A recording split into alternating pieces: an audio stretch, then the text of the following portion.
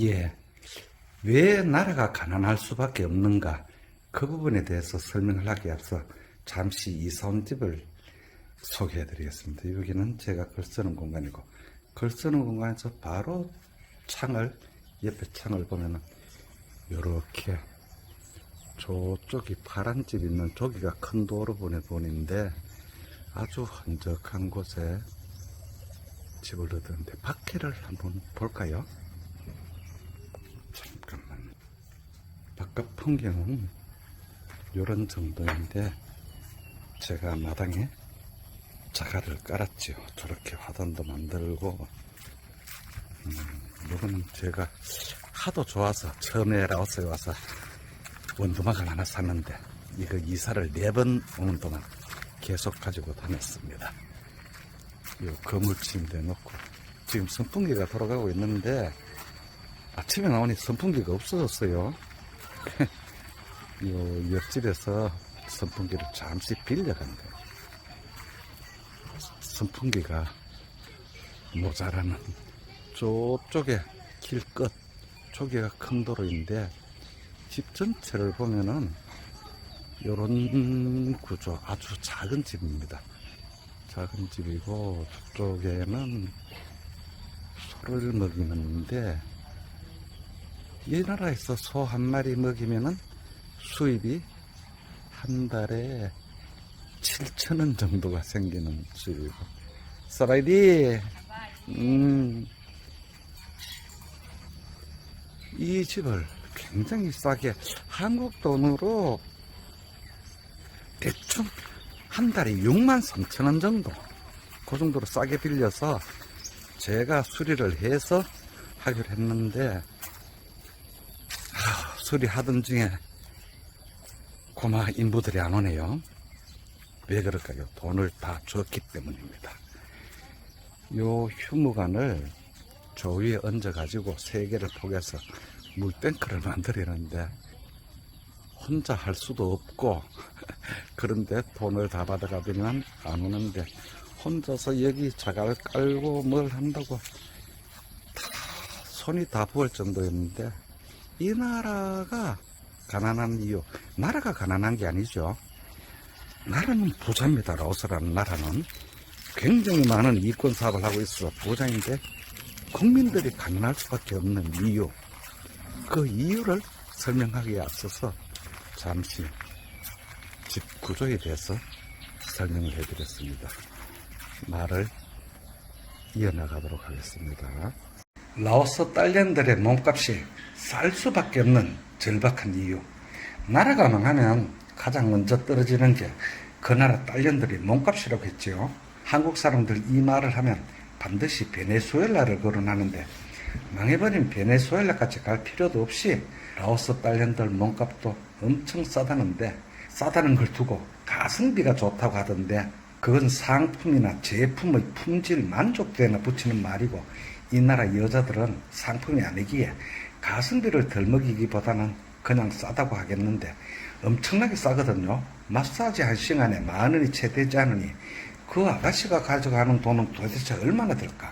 친구가 와서 맥주를 마시는데 술시중 드는 아가씨도 싸고, 잠자리, 글쎄요, 그건 한국의 집에 있는 할망구가 아무래도 더 싸지 않을까요? 허구한 찝쩍거려도 돈 달라는 소리도 안 하던데, 아무튼 이 나라 라오스 딸년들의 몸값은 싼데 왜 쌀까? 그건 바로 가난하기 때문이죠. 가난할 수밖에 없는 데는 당연한 이유가 있기 마련인데, 가난은 하느님도 구제하지 못한다고 했는데, 구제할 하늘만 바라볼 게 아니라 가난은 자기가 벗어나야 하는 거지요.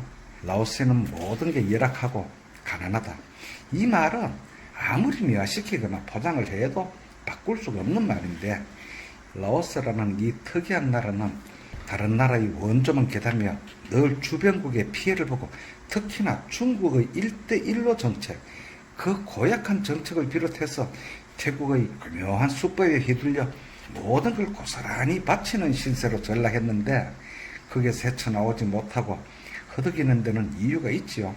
그게 바로 교육의 부재로 인한 국민의 건성, 바로 국민성인데, 다른 나라도 마찬가지겠지만 나라가 부강해지는데 가장 중요한 게 국민성이지요.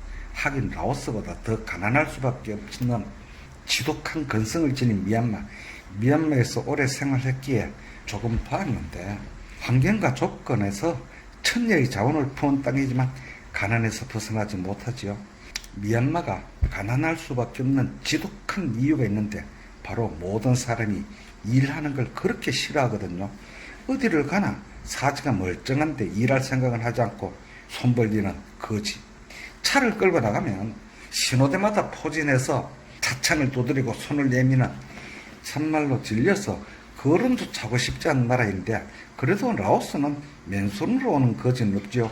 빈손으로 와서 손을 내미는 게 아니라 몸에 장애가 있지만 무슨 물건이든지 들고 와서 팔려고 하는 측면은 미얀마보다 약간 낫다고 하지만 일하기 싫어하는 건 별로 다르지 않지요. 일하지 않는 자 먹지도 말라 그런 말이 있는데 이 나라 사람들 일하는 거 보면 딱 느끼는 게 참 일 더럽게 못한다.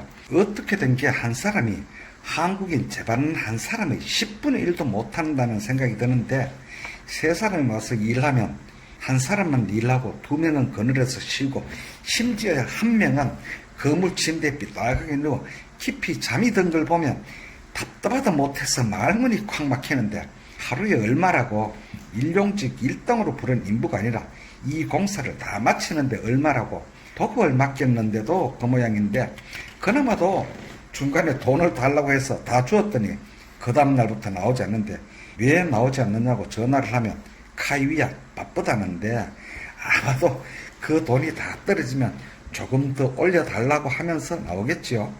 일을 미루고는 못 견디는 이 조선 할배가 혼자서 손가락이 다 붙도록 일을 하며 책임과 약속, 능률과 실질을 숭상해야 한다고 배웠던 이 욕쟁이가 무슨 생각을 했을까요? 교육의 부재, 참말로 공부 지독하게 안 한다는 거. 공부라기보다는 교육. 사회주의 국가에서 국민에게 교육을 시켜서 인민이 깨치면 지배구조의 균열이 생기고 통제하기가 힘들겠지요. 우리는 국민이 잘 살아야 한다고 7, 80년대에 그렇게 일하며 공부했는데 건면, 창조, 개척정신 그런 걸 우대하고 국가의 주인인 국민이 잘 살아야 한다는 걸 민주국가의 국시의 제1로 삼았는데 심지어 대국민 홍보 차원에서 잘 살아보세요라는 노래까지 있었는데 이런 사회주의 국가 고질병이 국민들 잘 사는 거 그리 좋아하지 않거든요. 기득권의 이익만 추구하지요. 국민인 너희들은 성실 건면할 필요가 없다. 맥주나 마셔라.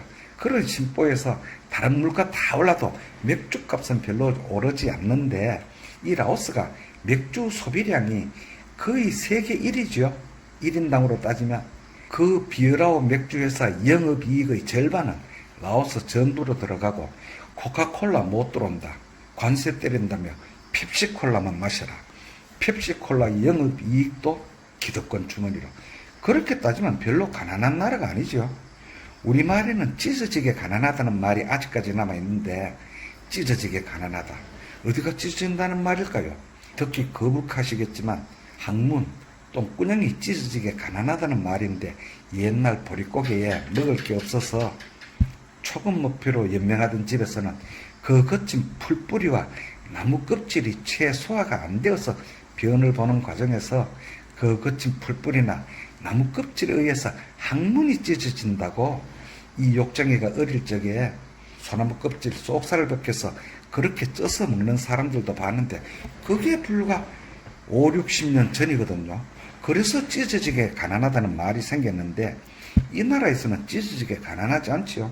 1년에 산모작을 하니까 그렇게 그곳이 찢어질 일은 없는데 찢어지게 가난했던 우리 오죽하고 강원도 꼴짝에서는 여자로 태어나서 쌀 서마를 못 먹고 시집에 간다는 말이 있을 정도였던 우리가 단숨 일어설 수 있던 건 바로 교육이라고 생각하는데 우리가 무슨 자원이 있었는지 오로지 깔끔하게 교육받은 인재가 유일한 자원이었지요. 친절, 건멸, 성실, 책임으로 중무장한 깔끔하게 교육받은 인재가 유일한 자원이었는데 우리나라뿐만 아니라 최근에 국민의 교육으로 일어선 나라가 있죠.